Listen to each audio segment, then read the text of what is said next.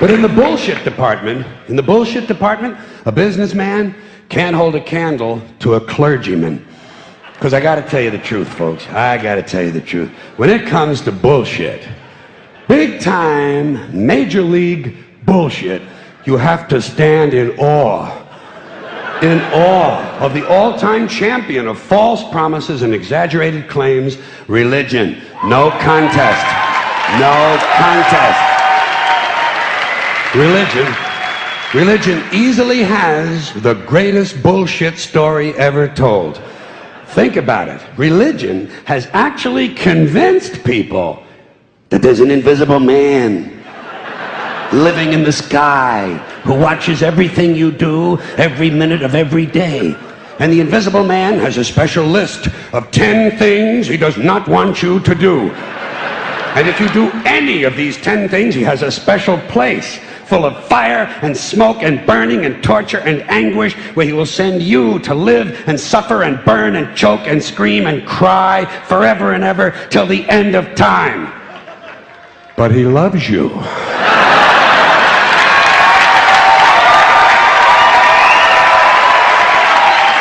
He loves you. He loves you, and he needs money.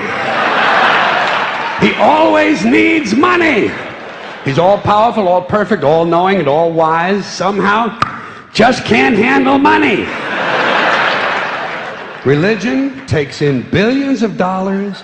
They pay no taxes, and they always need a little more. Now, you talk about a good bullshit story. Holy shit.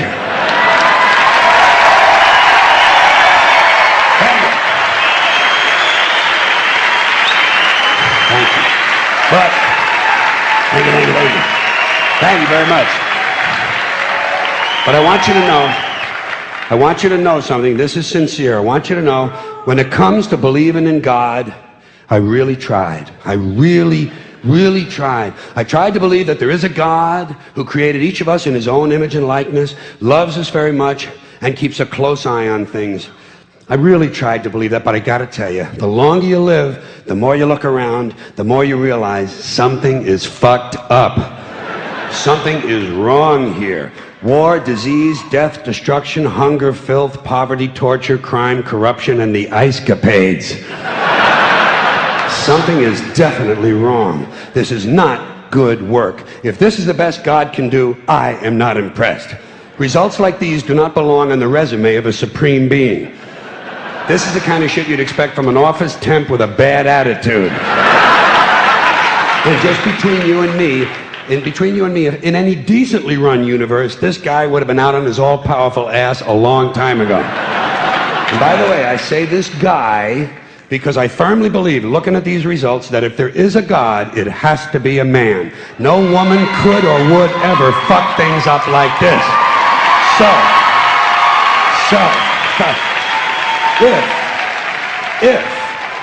If there is a God, if there is, I think most reasonable people might agree that he's at least incompetent and maybe, just maybe, doesn't give a shit.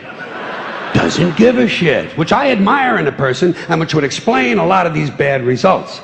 So rather than be just another mindless religious robot, mindlessly and aimlessly and blindly believing that all of this is in the hands of some spooky, incompetent father figure who doesn't give a shit, I decided to look around for something else to worship, something I could really count on. And immediately, I thought of the sun. Happened like that.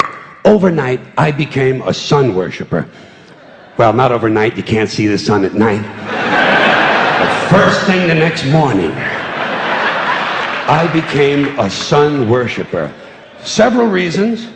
First of all, I can see the sun, okay? Yeah. Unlike some other gods I could mention, I can actually see the sun. I'm big on that. If I can see something, I don't know, kind of helps the credibility along, you know? So every day I can see the sun as it gives me everything I need: heat, light, food, flowers in the park, reflections on the lake, an occasional skin cancer, but hey, at least there are no crucifixions, and we're not setting people on fire simply because they don't agree with us. Sun worship is fairly simple. There's no mystery, no miracles, no pageantry. No one asks for money. There are no songs to learn. And we don't have a special building where we all gather once a week to compare clothing. And the best thing about the sun, it never tells me I'm unworthy. Doesn't tell me I'm a bad person who needs to be saved. Hadn't said an unkind word. Treats me fine. So I worship the sun. But I don't pray to the sun. Know why? I wouldn't presume on our friendship. It's not polite. I've often thought people treat God rather rudely, don't you? Asking trillions and trillions of prayers every day, asking and pleading and begging for favors. Do this, give me that, I need a new car, I want a better job. And most of this praying takes place on Sunday, his day off. It's not nice, and it's no way to treat a friend. But people do pray, and they pray for a lot of different things.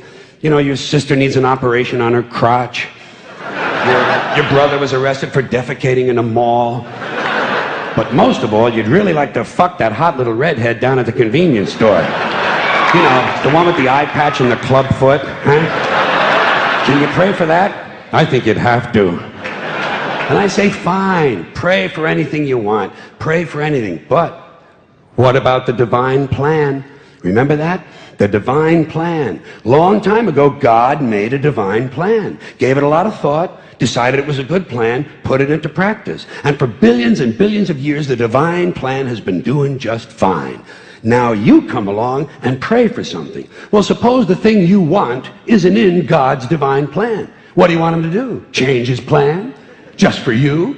Doesn't it seem a little arrogant? It's a divine plan. What's the use of being God if every rundown schmuck with a $2 prayer book can come along and fuck up your plan? And here's something else, another problem you might have. Suppose your prayers aren't answered. What do you say? Well, it's God's will. Thy will be done. Fine, but if it's God's will and he's going to do what he wants to anyway, why the fuck bother praying in the first place? Seems like a big waste of time to me. Couldn't you just skip the praying part and go right to his will? It's all very confusing. So to get around a lot of this, I decided to worship the sun. But, as I said, I don't pray to the sun. You know who I pray to? Joe Pesci. Joe Pesci. Joe Pesci. 2 reasons. First of all, I think he's a good actor, okay? To me, that counts. Second, he looks like a guy who can get things done. Joe Pesci doesn't fuck around.